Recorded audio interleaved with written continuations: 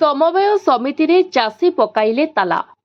ଖରିଫ ଧାନ କିଣା ସରି ନଥିବା ବେଳେ ରବି ଋତୁ ପାଇଁ ପଞ୍ଜୀକରଣ ଘୋଷଣାକୁ ନେଇ ଚାଷୀଙ୍କ ମଧ୍ୟରେ ତୀବ୍ର ଅସନ୍ତୋଷ ପ୍ରକାଶ ପାଇଛି। ଏହାର ପ୍ରତିବାଦରେ ଜଳେଶ୍ୱର ବ୍ଲକ ଅନ୍ତର୍ଗତ ଖୁଆଡ଼ ସମବାୟ ସମିତିରେ ଚାଷୀମାନେ ତାଲା ପକାଇ ବିକ୍ଷୋଭ ପ୍ରଦର୍ଶନ କରିଛନ୍ତି। 2025-26 ଖରିଫ ବର୍ଷ ପାଇଁ ଖୁଆଡ଼ ସମବାୟ ସମିତିରେ ମୋଟ 464 ଜଣ ଚାଷୀ ପଞ୍ଜୀକରଣ କରିଥିଲେ।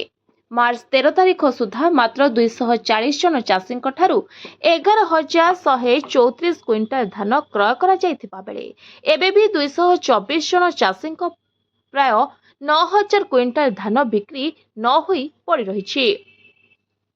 ଏହି ସମୟରେ ସରକାରଙ୍କ ପକ୍ଷରୁ ଆସନ୍ତା 14 ତାରିଖରୁ ରବି ଧାନ ପାଇଁ ପଞ୍ଜୀକରଣ ଫର୍ମ ପ୍ରଦାନ କରାଯିବ ବୋଲି ଘୋଷଣା କରାଯିବା ଚାଷୀଙ୍କ କ୍ରୋଧକୁ ଦ୍ୱିଗୁଣିତ କରିଛି।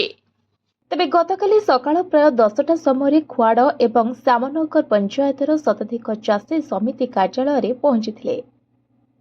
ଚାଷୀ ନେତା ସଞ୍ଜୟ ପାତ୍ର, ମଧୁସୂଦନ ସାହୁ, ମିହିର ସାହୁ, ବସନ୍ତ ଦେ, ଉମାକାନ୍ତ ପାତ୍ର, ଗୌରୀଶଙ୍କର ମହାନ୍ତି ଓ ଶିଶିର ସାହୁଙ୍କ ନେତୃତ୍ୱରେ ଚାଷୀମାନେ କର୍ମଚାରୀଙ୍କୁ ବାହାର କରିଦେଇ ସମିତି ଗେଟ୍ରେ ତାଲା ପକାଇ ଦେଇଥିଲେ।